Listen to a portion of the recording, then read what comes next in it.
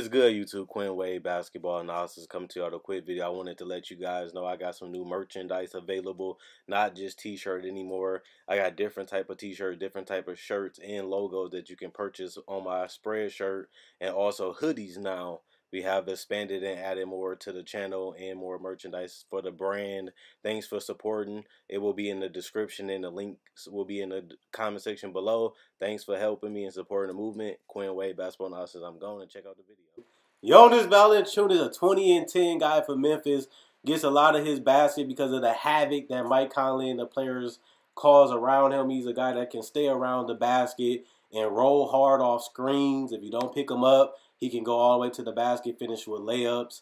And he has a nice, soft touch, and he's very patient. He's not very reckless and trying to roll people over. He's very skilled, very witty, and under control. Very smooth and very well paced. It's very impressive how good he is at what he does, and the fact that he's able to avoid contact and he's able to finish so well around the rim these last couple years. And obviously he can finish above the rim when he rolls hard. He's 7 feet and he is a good leaper, especially quick off his feet. And you can also see right here, he's very patient in the post. He can catch the ball and use multiple moves, various spins, and various head fakes to get to space. He can use left or right shoulder when he's going up for hooks. He has a soft touch even on his hooks. He's doing it more in Memphis than he did in Toronto, and there go the left side. And he can finish over tall, small, or even fast defenders because of his size and his fluidity. And you see him go for the spin. He has his fadeaway jumper. If you take away the hook or you take away him going over you, he can spin off of you and knock down a nice soft jumper around the paint. And it's very good, and it's hard to stop because you don't want him to go up, and that's what he usually do. But he has countered that with the spin move and going with the fadeaway jumper, which he has mastered at this point, and is very unpredictable depending on the size and the length of the defender. He also can go straight up and go with either hand. He can finish with left or right hand, finishing layups with contact also. His ability to very well just clear out the side of the court, not rush or force anything, gives him an advantage. He also shown the ability to hit hook shots from a further distance. He doesn't have to be right close by the basket. He can be in the 12 to 15 foot range too, and his touch is just that good that he can finish. And obviously when he's close by the basket, if you're too short, too small, or not strong enough, he can go cancel out your stomach and just go right over the top of you and finish with a nice soft touch. His running hook is something that he specializes in, especially when you take away the middle. He can still finish with the left or the right hand on his running hook. He also can put the ball on the ground from 15 foot in and finish with dunks, layups, and obviously floaters. But he also can do just like the modern day Jokic's and the Joel Embiid's and the Towns. If you give him the ball at the top of the key, you don't respect him, or you close out too hard, he can put the ball on the floor and finish around that rim. His best attribute that people know him for is his offensive rebounding. 2.8 offensive rebounds a game for Memphis. That's very, very impressive considering that he hasn't started every single game and hasn't played that many minutes consistently yet. Sometimes he gets 25, sometimes he gets 30, sometimes he starts, and he's starting to figure out the system and the players. He is an old school center when it comes to rebounding. He likes to dive right to the basket and always around the basket. He knows how to box out, and he just has a knack for being in the right space at the right time. And he has, like I said, great touch around the basket, so it gives them a lot of buckets. His passing has gotten better. He's starting to find out where his teammates like the ball. He's starting to find out how to make their job a lot easier, even if it's in setting screens or even doing it in the pick and roll or finding the shooters, keeping the ball moving like hockey assists, or even sometimes just making the right play by passing to a shooter or dumping it off, or even a backdoor cut. He's always aware. He's always looking at the full court, and that's going to be great for passing, especially with a team like this. The three-point shooting ain't that great, but he's showing the ability that he's not scared to take them, and he's willing to take them if you're going to give it to him, and he's showing confidence in that jumper that he's taking them. And that's what you need him to do if you want the defense to stay honest and not give them any room. And now what's good, YouTube? My final thoughts, like I promised you guys. Jonas Valanciunas, as a lot of people that has been subscribed to me, has been a guy I really fought for years, and the people have supported me. The people have followed this channel know that I wanted to see Jonas become such a big part of the Raptors offense.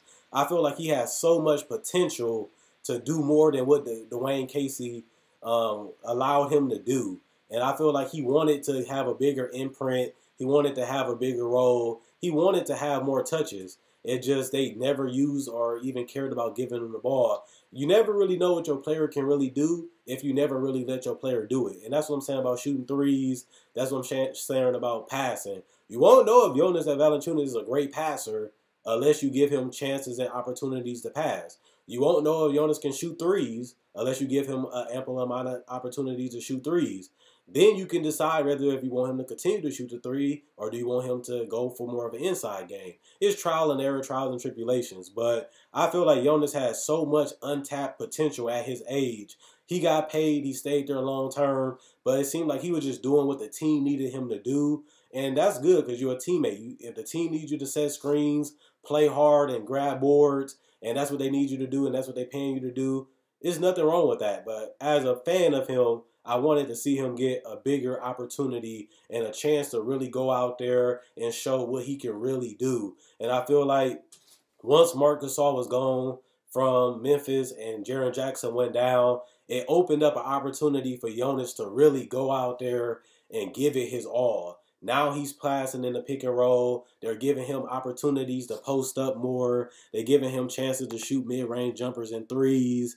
And if you really look at it, he's only playing 28 minutes a game on average. He's going to get close to 30 before the season is over. He's giving you 55% from the field, 29% from three, and 76% from the free throw line. He's also giving you 11 rebounds a game, and he had monster 20 and 30 game, 20 points, 20 rebound game, and just had a 34-20 rebound game. But he's also giving you a career high 2.2 assists while also giving you 20.6 points a game for his 18 games that he played in Memphis. And yes, I know some people are going to say it's only a small sample size and teams are not prepared for him and teams have to get adjusted to him. Yeah, but he's shown that he can do this in Toronto. He just never got the consistent chances to do it through his career in Toronto. And if you look at his games in March in general, he was able to give you 21 points and 11 rebounds in March, while also giving you 2.2 assists, 1.8 blocks, and he also shot 30% from three, but he didn't even attempt one a game. And he's close to one a game, but he's showing you that he's not scared to take it, but he's also not trigger happy and going to the perimeter as his biggest option. He's showing you that I'm going to take it if you're going to give it to me, if you're going to leave me open. I'm not scared to take it. I know I can make it, but I'm not going to chuck up three just because you're giving me the green light to do it. And that's a good balance, and that's knowing your game. I know I can make it, so I'll take it when you give me that much space, but I'm also not going to fling them up all game and become a three-point center. If he does, it's because they need him to do it. They want him to do it, and he'll have more time to work on that, obviously, in the offseason since he will not make the playoffs. And he probably could become an even more consistent three-point shooter in the future, depending on how it works out this summer. But another thing that I wanted to say is, it's not always about being on a bad team, putting up good numbers. Sometimes you just need an opportunity to showcase your full skill. And him going to Memphis, he has a chance to really make a name for himself and really do well for them because they need somebody that can help Mike Conley score, even if he's not there for the long-term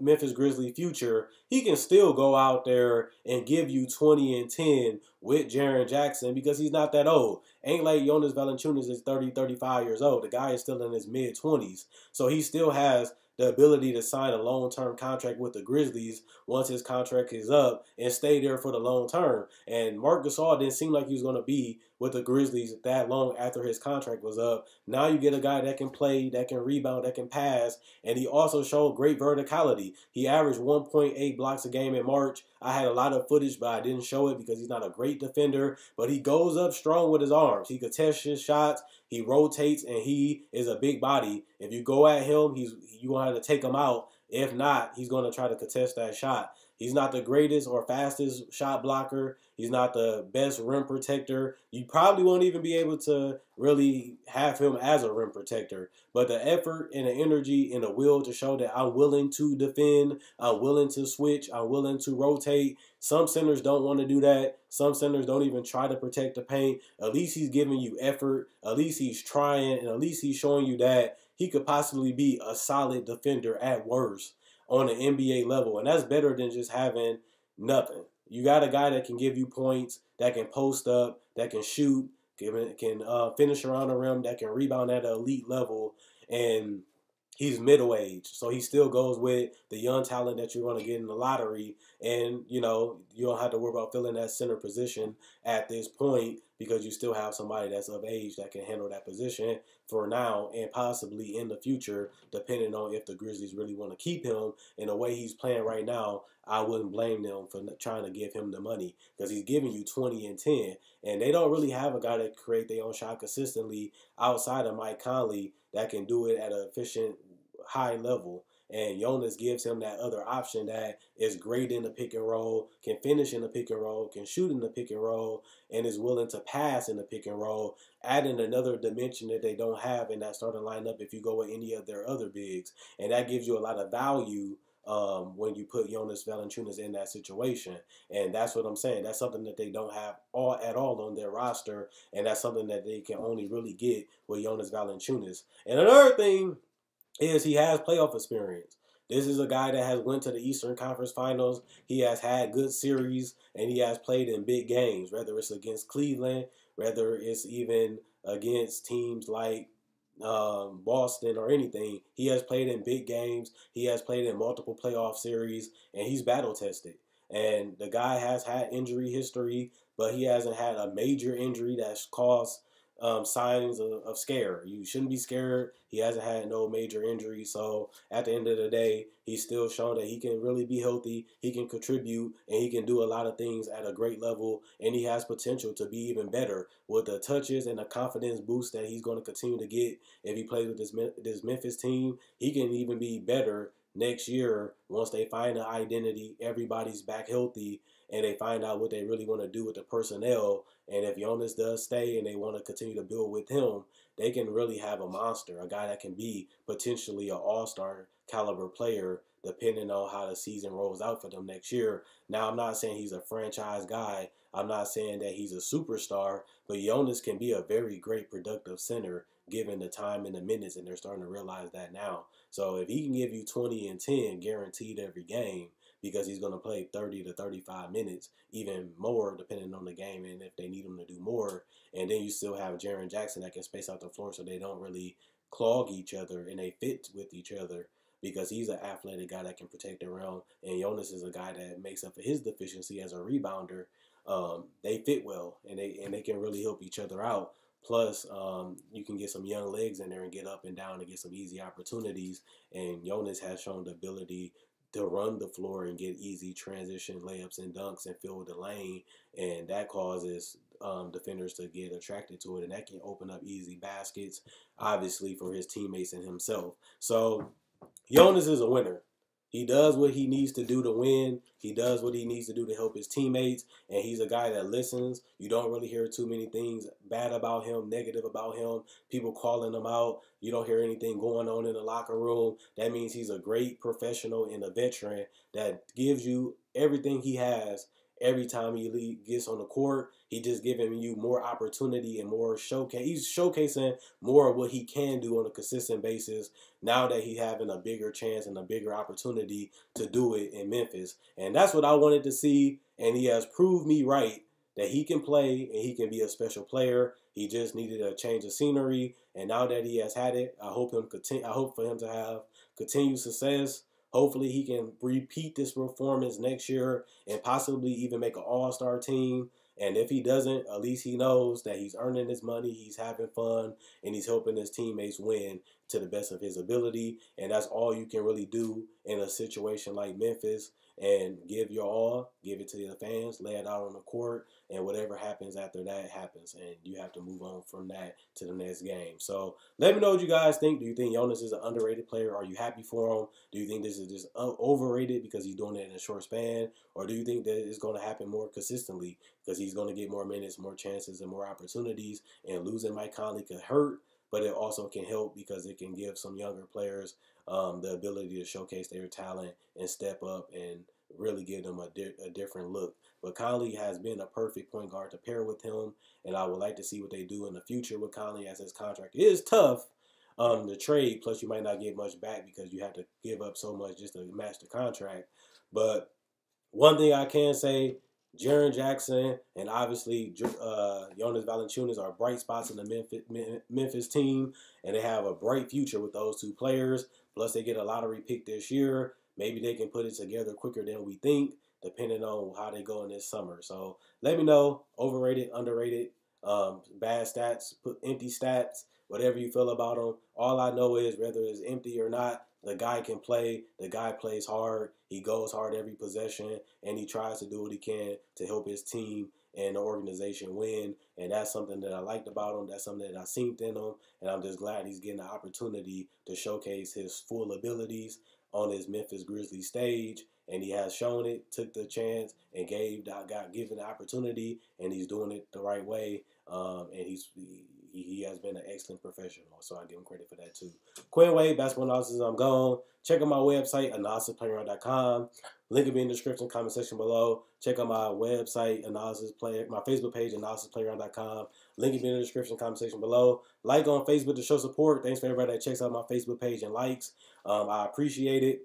Also, I do videos just like this where I break down footage, NBA tributes to the legends, where I break down their legacy and their career and their footage and how they play. I also do rookie breakdowns. I also do NBA draft season preview, trades and buyout talks, discussions, and also I do everything all NBA 365. I try not to miss a day, and if I do, I come back the next day with another video. No days off. I have fun. I love what I do. Thanks for the support. I enjoy making these videos. You guys enjoy watching. That's why I continue to go. Have a blessed Sunday. Hope you guys enjoyed it. Hope you guys enjoyed the video. And if you did, like, comment. I read every comment. Thanks for the support. Quinn Wade, basketball analysis. I'm gone. And let me know what you guys think in the comment section below.